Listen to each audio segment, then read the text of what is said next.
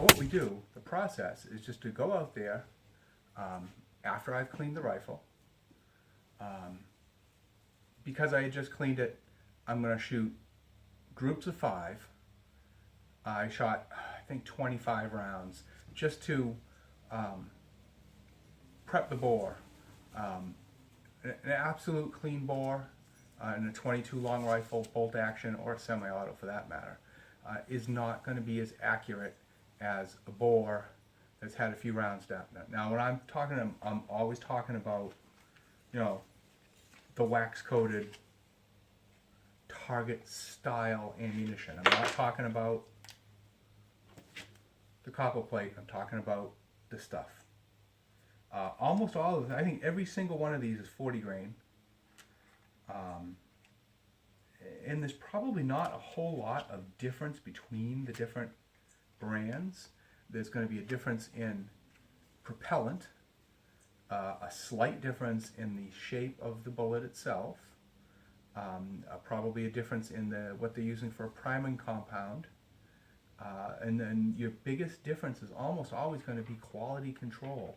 How tight the tolerances, and those tighter tolerances between what's going to be probably the more expensive ammunition, the tighter tolerances are what gives you those smaller groups. Once you have your rifle zeroed for that particular ammunition, you're going to get tighter groups with the tighter tolerances, less deviation. They are measuring more carefully in the factory for that particular brand, which may in fact come off the same presses as some of the other brands, but they are, when they're making that particular type, style, lot of ammunition that goes under this brand rather than the other brand. Brand A has a tighter tolerance than brand B, even though it may have came off the same set of machines.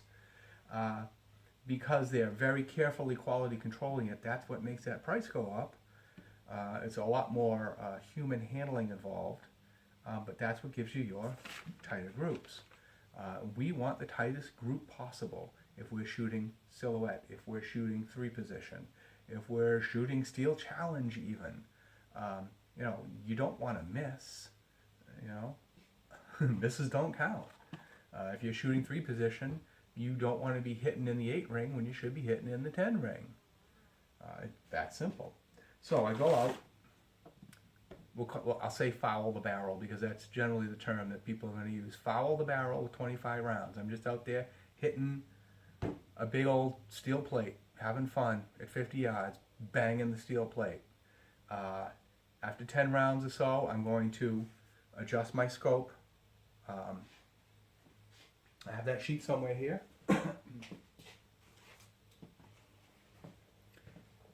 If it doesn't show up good, I'll put in a regular picture of it. It's just, you know, I start out here and 1, 2, 3, here's 4, 5, 6, 7, 8 out of 10 shots. I just pull in, clickety, clickety, click, dial in myself, so I'm in that basic area. This is with the normal ammunition that I use on a regular basis. So it's a known factor. I know what it's going to do. I know I'm going to get on paper.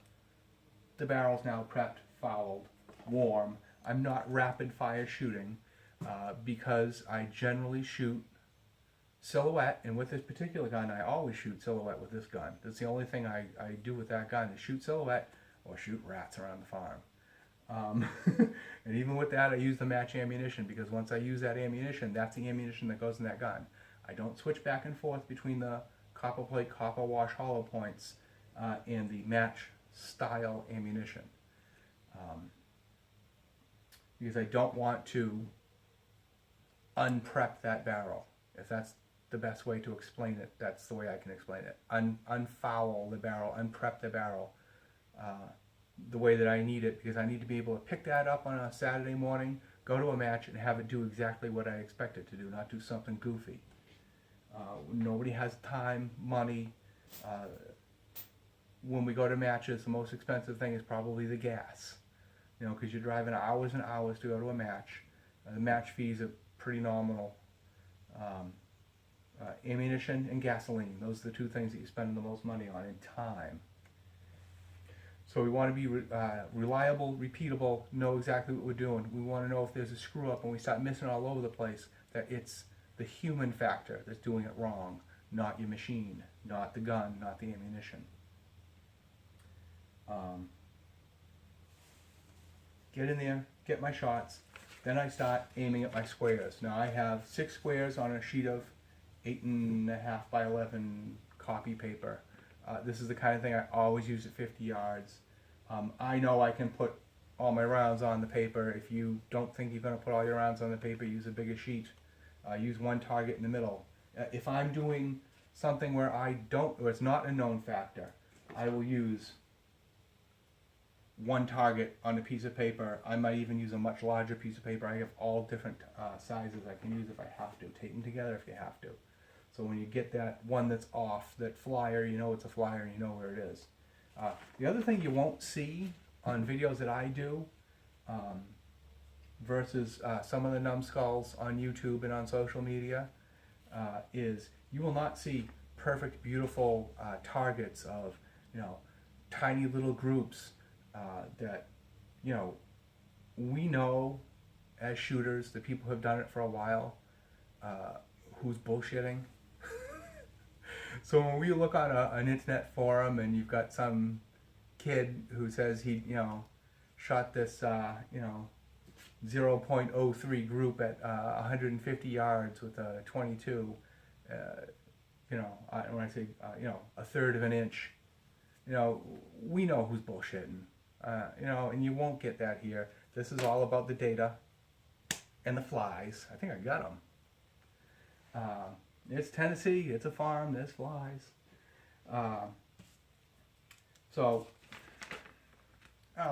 I said, I'll put a photo of this on here if we need to really examine it. Now, I have the different brands I use. Remember, it's not about the brand. It's not an ammunition review. That's another total bullshit factor on YouTube, social media, forums. People, I'm reviewing this type of ammunition in a 22 long rifle and it's the best, or it's the worst, or it sucks. You don't know what the hell you're talking about, because different ammunition acts differently in different rifles. I have a rifle that shoots absolute garbage ammunition really well. Then there's other rifles that will only take the really expensive stuff. I mean, it's just that thing. You put the rifle that likes I say garbage ammunition. We'll say inexpensive ammunition. That rifle won't shoot the really nice stuff. It just won't. Why? I don't know. It has something to do with the sloppy tolerances. It's a Russian rifle. That's just the way it is. It likes sloppy ammunition. I should say ammunition that's not built to the kind of tolerances that there is today. The difference between stuff today, like I said, it's made and measured and created by computers, measured by robots. It doesn't work the same way that the rifle that was built in World War II works with the ammunition that was made in 1980. It's just not the same. So, all your various bullshit artists out there who say this type of 22 long rifle ammunition is better than all the rest, they're probably being paid by somebody, unlike me. Now that rant is over, I'm aiming for the same point every single time. It's not about hitting the target on here, it's about the size of the group. I don't care if all my shots are up here. I don't care if all my shots are up here. That doesn't matter. I'm not here to hit the target. I'm here to get the smallest possible group size, hopefully, of any particular brand style of ammunition. I have 3 types of ammunition here that all basically come from the same place, but they're different styles and they shoot completely different. Now obviously the 10X gives me a really good group. It's old 10X. I mean, this is really old 10X. I don't even know how old this is. Added it into the mix just for fun. The kind of price that you pay for this stuff, it better shoot a good group. But like I said, the brand isn't as important as okay, I have found the ammunition that I can readily get available at my local supply or from my mail order house. This is the stuff I'm going to use for the year. How many rounds do I need for the year? Well, for a typical silhouette season, silhouette summer, I may need 1,500, 1,800 rounds. So if I find something really expensive that shoots really good that I can't get, that is not the ammunition that I'm going to be able to use. I have to use the ammunition that I know I can get 1,500, 1,800 rounds, and that's not even counting practice. Then I got to practice. Now you're up to 2,500 rounds. That's why it was really difficult to do this 2-3 years ago, because there were different people in political power and people were hoarding ammunition, and it was a big giant mess. That fiasco is over, and we're starting to get stuff through the supply lines, and the prices are starting to come down to normal levels where regular people can afford it. Now, here's the other thing. Most of the ammo that I tested today was subsonic. It is ammunition that is leaving the barrel under the speed of sound. It never breaks the sound barrier. You'll notice in the videos, it's not very loud. There may actually be a video I can run in of running some supersonic ammunition. I did some of that just for fun. I found that that particular brand of supersonic ammunition worked really, really well in that rifle. And it's not expensive ammunition. It's not super cheap, but it's not super expensive either.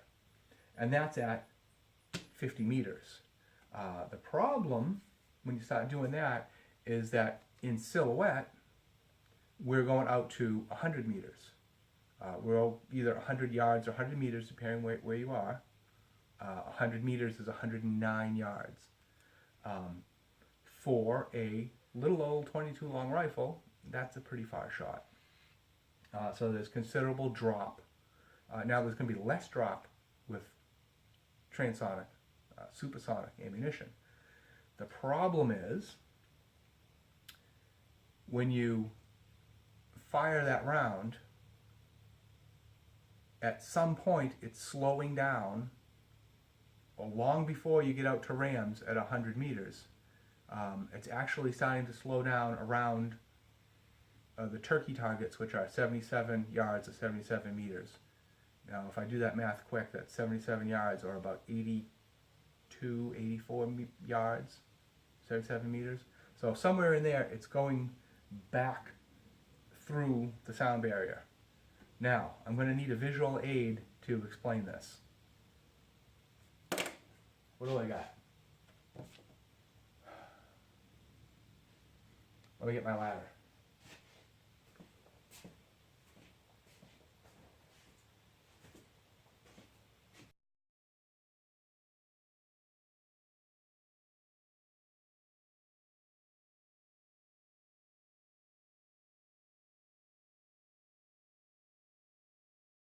Alright, because this is the Garage of Doom, I can use some visual aids.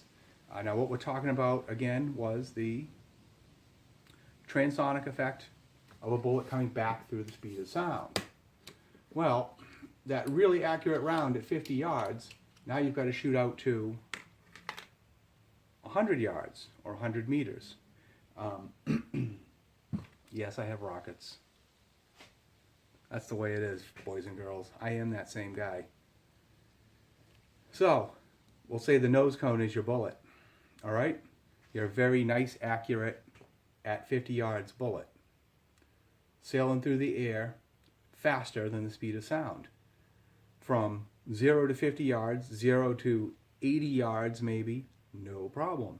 It starts to slow down as it's going through the air. It's going to come back through the speed of sound. When it comes back through the speed of sound, we have transonic effect. It's going to be a ripple.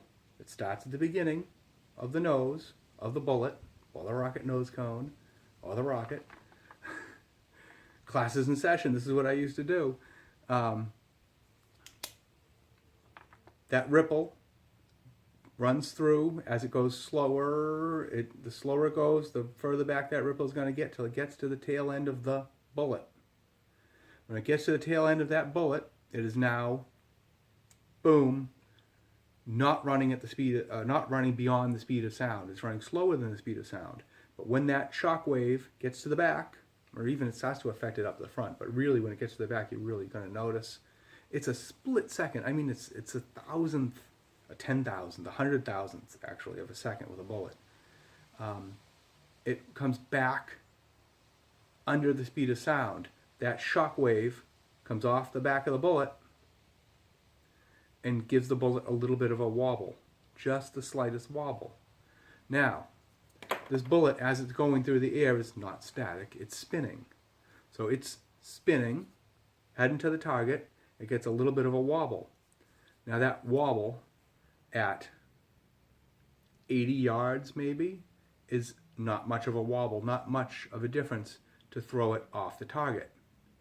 But that wobble becomes, the more distance it goes, that wobble, because it's spinning, that wobble turns the off of the distance it's going to come off the target into more like a big cone. So the further away you get, the further off you're going to be after that transonic transition. Once you go through the transition, the further down you go, the bigger spread you're going to get. Now, some people will say, oh, well, what's the big deal? You know, it's an inch here, it's an inch there. We're shooting at these little small targets at 100 yards or 100 meters. You know, what's the big difference of, 2-3 inches? Well, 2-3 inches off of this, 2-3 inches from here is off the target. 2-3 inches from here is barely on the target. If there's any kind of a wind, if there's any kind of a heat rising off the ground, giving you mirage through your scope, you hiccup, you burp, your heartbeat, the smallest little thing. The smallest little thing, because we're trying to, completely isolate our skeletal structure, no muscle input. The smallest little twitch pushes you off another 1/8 of an inch, another 1/2 an inch, you're off the target. That's a miss. If it was the difference between that ram, between first place and second place, third place and fourth place, or just maybe getting your highest score for the day, you missed. So we use subsonic ammunition of whatever brand we're going to use, subsonic ammunition, to keep things always below the speed of sound. Now, I have a target over here. Where is it?